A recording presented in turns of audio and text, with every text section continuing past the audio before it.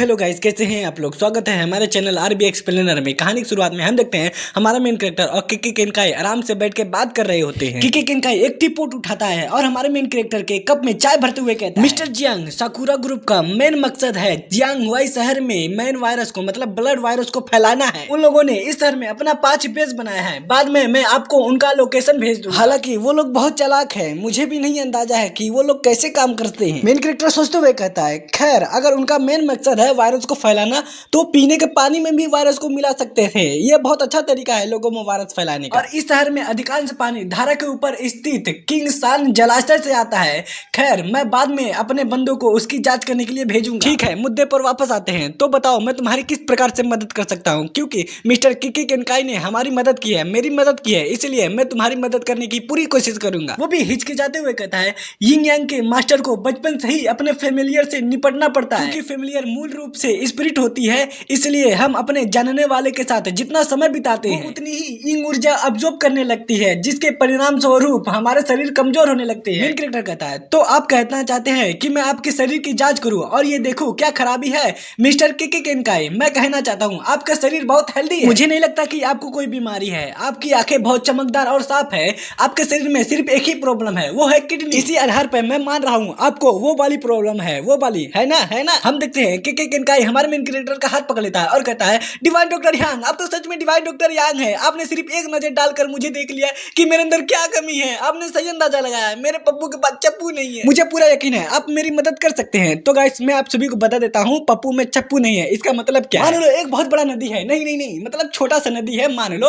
और उसके अंदर एक नाव है, उसके पास चप्पू भी है, लेकिन उसको खेने के लिए शक्ति नहीं है। मेरे कहने का मतलब समझ गए ना क्या क्या क्या मैं क्या कह रहा हूँ। मेन कैरेक्टर कहता है, किकी केनकाई प्लीज शांत हो जाइए, मैं आपको झूठा दिलासा नहीं देना चाहता हूँ। कुछ भी कहने से पहले मैं आपकी पल्स चेक करना चाहता हूँ। अब हम देखते हैं हमारा मेन कैरेक्टर उसकी पल्स चेक कर रहा होता है। वो कहता है, मिस्टर किकी केनकाई आपकी उम्र कितनी है और ये प्रॉब्लम कब से हो रही है? वो भी कहता है, मेरा उम्र 33 साल है और ये प्रॉब्लम मुझे 10 सालों से हो रही है। मेन कैरेक्टर अपने मन में कहता है, ये बंदा इतनी कम उम्र में ग्रेट रॉयल मास्टर यिंग यांग का पोजीशन हासिल कर लिया। मुझे पूरा यकीन है उसने अपने आसपास के लोगों का ध्यान अपनी ओर खींच लिया होगा।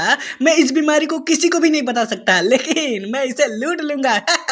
किकी केनकाई घबराते हुए कहता है, डॉक्टर यांग क्या हुआ, कोई सीरियस बीमारी है? मेन कैरेक्टर खांसते हुए कहता है, वैसे मैं तो नहीं कहूंगा कि ये कोई सीरियस बीमारी, लेकिन मैं ये भी नहीं कहूंगा कि तुम इस बीमारी को हल्के में लो। तुम्हारी किडनी के अंदर क्यूआई ब्लॉकेज हो गया है, इसके अलावा तुम्हारा शरीर ठीक है। हमारे मेन कैरेक्टर की ये सब बातें सुनकर किकी केनकाई की फट जाती है, वो घबरा जाता है, उसकी हालत खराब हो जाती है। वो कहता है, मिस्टर यांग क्या आप इसके बारे में कुछ कर सकते हैं? आप जो कहेंगे मैं आपकी मनचाही रकम दूंगा। वहीं पर हमारा मेन कैरेक्टर डेविल स्माइल में हंस रहा होता है, बकरा को फंसा लिया रे, मजा आ गया। अच्छा ऐसी बात है। किकी केनकाई तुरंत खड़ा हो जाता है, उसका फेस सीरियस बन जाता है। वो कहता है, हमारी किकी केनकाई फैमिली बहुत प्रसिद्ध है, हमने पूरे ग्लोबल मार्केट में इन्वेस्ट किया है। मैं आपको ब्यूटीफुल कंपनी में से अपने शेयर और साथ ही में फेमस.com फार्म के शेयर भी देने के लिए तैयार, और मेरी फैमिली ने आपके देश में भी इन्वेस्ट किया है। शर्त बस इतनी सी है कि मेरा इलाज हो जाए। भाई उसकी बातें सुनकर हमारा मेन कैरेक्टर बहुत खुश हो जाता है। वो साला मन ही मन में इमेजिनेशन करने लगता है और प्लानिंग करने लगता है वो उतने सारे पैसे से क्या खरीदेगा। हाय हाय इसकी कंपनी तो बहुत अच्छी है, ओहो मैं तो माला माल हो गया, अब तो पैसा ही पैसा होगा। अगर उस पैसों से मैं किंग जी को एक गिफ्ट खरीद को दे दूं तो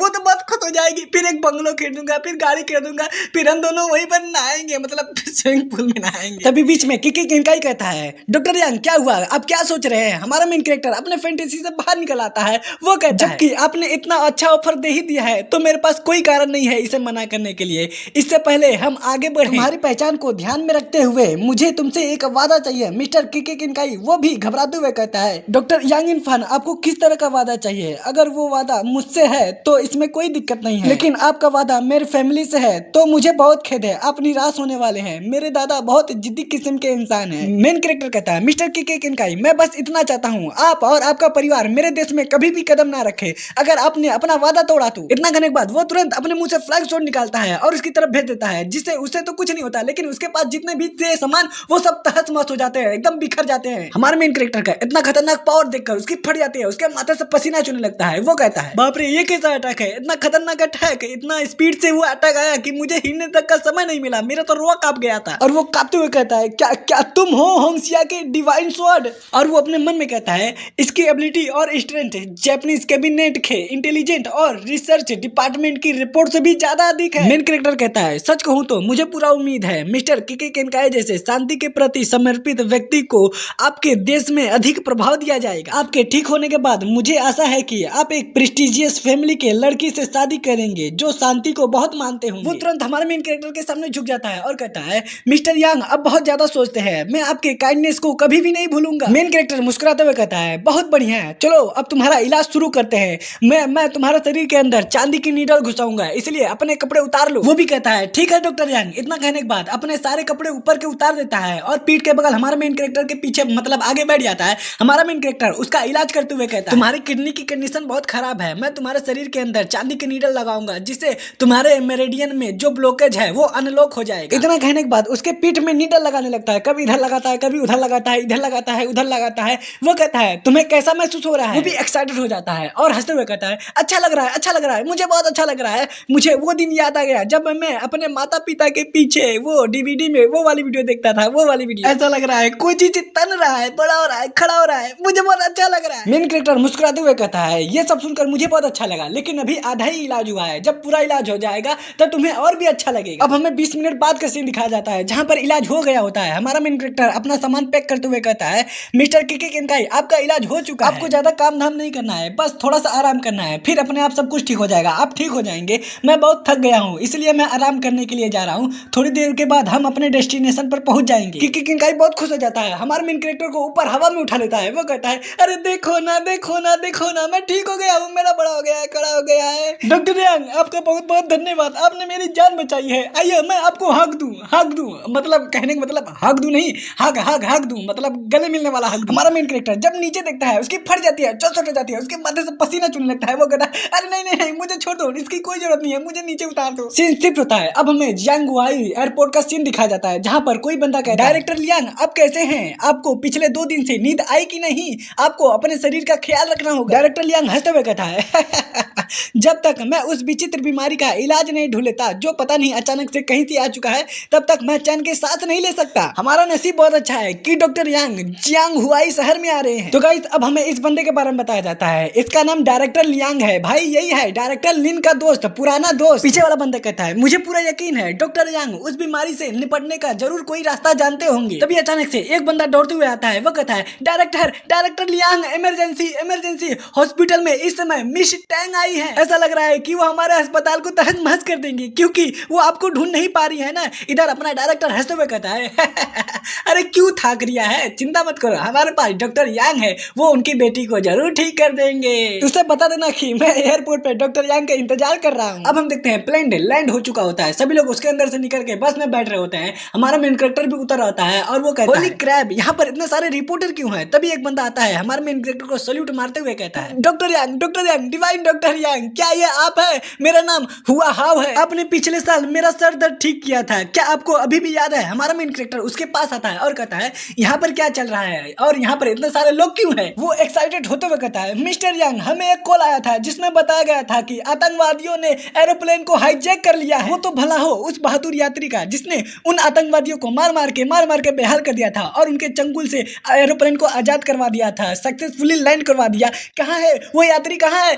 बताइए ना, मुझे उसके देखना है, बताइए एरोप्लेन के अंदर क्या हुआ था? पीछे से कोई कहता है, डॉक्टर यांग आप यहाँ हैं, मैं आपको कब से ढूंढ रही थी। वो तुरंत आती है और हमारे मेन कैरेक्टर से चिपक जाती है। हम देखते हैं वो कोई और नहीं बल्कि अपनी सकुरा होती है। वो कहती है, डॉक्टर यांग आपका बहुत बहुत धन्यवाद, मैं सोच भी नहीं सकती अगर वहां पर आपने हमारी जान नहीं बचाई होती तो क्या होता। सकुरा की ये सब बातें सुनकर पुलिस वाला खुश हो जाता है। वो कहता है, मिस आप ये क्या करी हैं, क्या ये सच है? डॉक्टर यांग इनफान ने उन आतंकवादियों को हरा दिया है और सभी को इन्हें ने बचाया है। सकुरा बड़े प्यार से कहती है, हाँ यांग इनफान ने हमारी जान बचाई है, अगर तुम्हें यकीन नहीं होता था तो मिस्टर केके केनकाई से भी पूछ सकते हो। तो गाइस मैं आप सभी को बता देता हूँ, ये लड़की यानी ये सकुरा ना तो किंजी के आसपास में आती है ना तो लिंजी के आसपास में आती है, उतनी सुंदर नहीं है, लेकिन इसका जो अंदाज है यानी अदा, इसकी अदा देखकर मजा आ जाता है। इसका अदा देखकर कुछ होने लगता है दिल में, बहुत अच्छा लग रहा है मुझे। केके केनकाई कहता है, हाँ वो लड़की जो करी है वो सच है, आतंकवादी बहुत निर्दयी बेरहम क्रूर थे, वो लोग बहुत अजीब थे, लेकिन फिर भी हमारे यांग इनफान ने बहुत बहादुरी से उन आतंकवादियों का सामना किया। उन आतंकवादियों को हमारे पास पहुंचने से पहले डॉक्टर यांग ने मार मार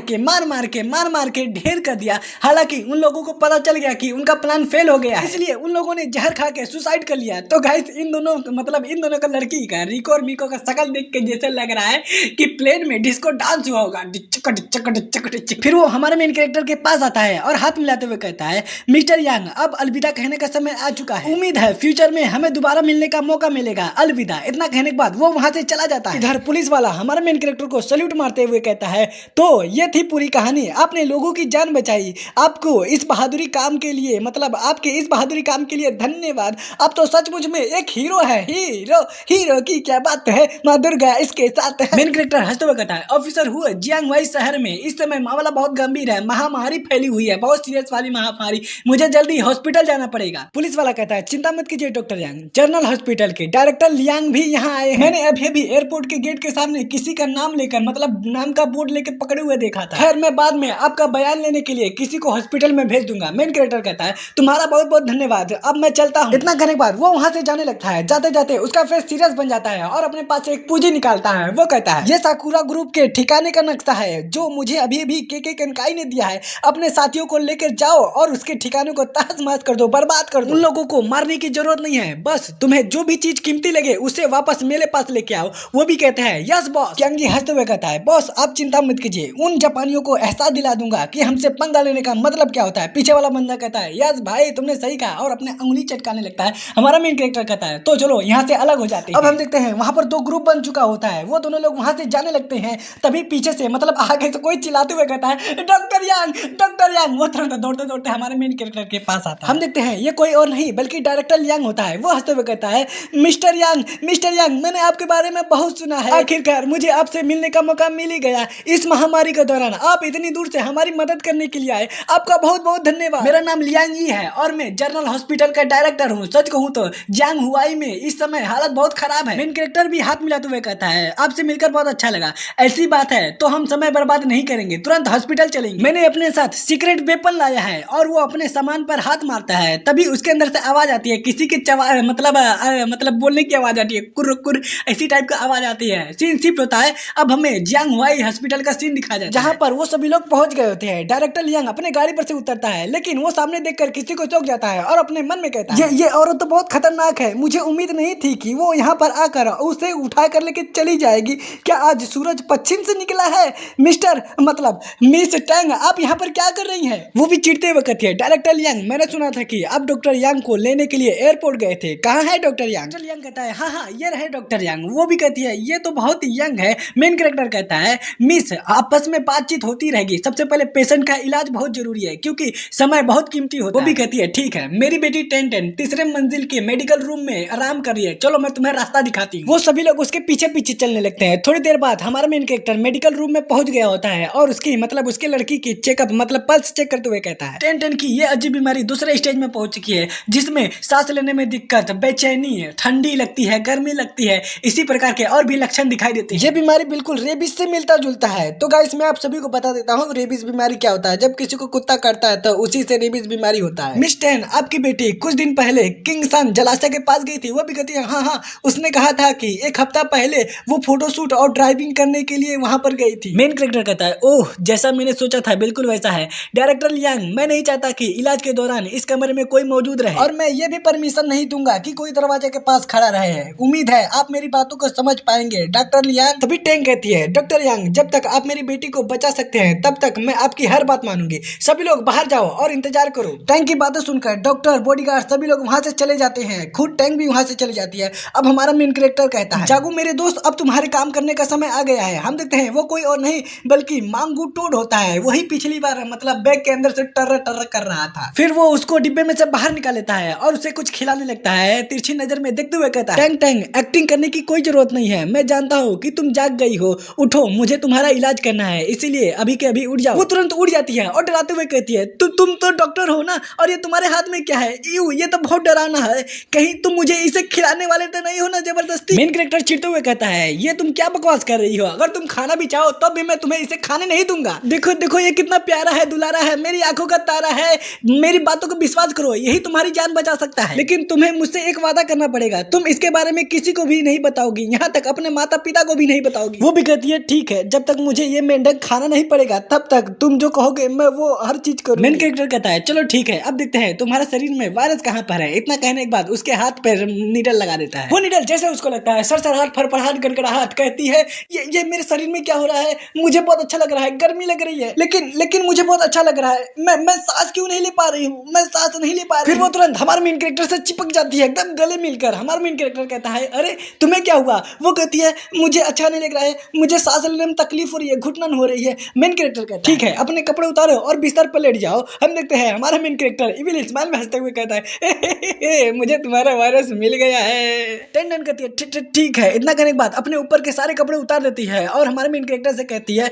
क्या डॉक्टर यांग क्या इतने से काम हो जाएगा? हमारा मेन कैरेक्टर जिसकी हालत खराब हो चुकी है, उसके नाक से खून का झरना बहने लगता है। वो कहता है ठीक है इतने में काम हो जाएगा, गुड सही है। उसके बाद हम देखते हैं हमारा मेन कैरेक्टर अपने हाथ पे चक्कू टाइप का कुछ बना लेता है और कहता है देखो तुम अपनी आंखें बंद कर लेना, तुमने जहां अपना हाथ रखा है वायरस वहीं पर है, इसमें तुम्हारा बहुत ज्यादा खून लॉस्ट होगा, लेकिन तुम चिंता मत करना, अपने ऊपर धैर्य बनाए रखना। वो भी कहती है ठीक है। इतना कहने के बाद उसके शरीर पे जो आखिरी कपड़ा था उसे भी उतार देती है। हमारा मेन कैरेक्टर अपनी आंखें बंद कर लेता है और धीरे धीरे उसके शरीर में वो सुई मतलब चक्कू कोच देता है और अपने मन में कहता है मैं तो अंधा हूँ, मुझे कुछ दिखाई नहीं देता, मैं तो अंधा हूँ। लेकिन साला इसके नाक से खून भरा है, इसको साफ साफ दिखाई दे रहा है। फिर वो मांगू टोड को पकड़ लेता है और कहता है मांगू टोड तुम्हें सारा जहर को चूस के निकालना है। फिर उसके बाद उसके छाती पर चिपका देता है। वो गोप करके पीने लगता है, जहर को पीने लगता है। जब वो जहर को पी रहा होता है उस लड़की को बहुत अच्छा लगता है, उसको मजा आ जाता है। उसके अंदर जैसे लगता है कि उसको और गीजे मारा है, जैसे लग रहा है उसको कोई गंदी चीजें उसके साथ कर रहा है, बहुत अजीबोगरीब आवाज निकाल रही है अश्लील टाइप। थोड़ी देर बाद हम दिखते हैं जहाँ पर उस मेंढक ने सारा जहर को चूस के बाहर निकाल लिया होता है, मतलब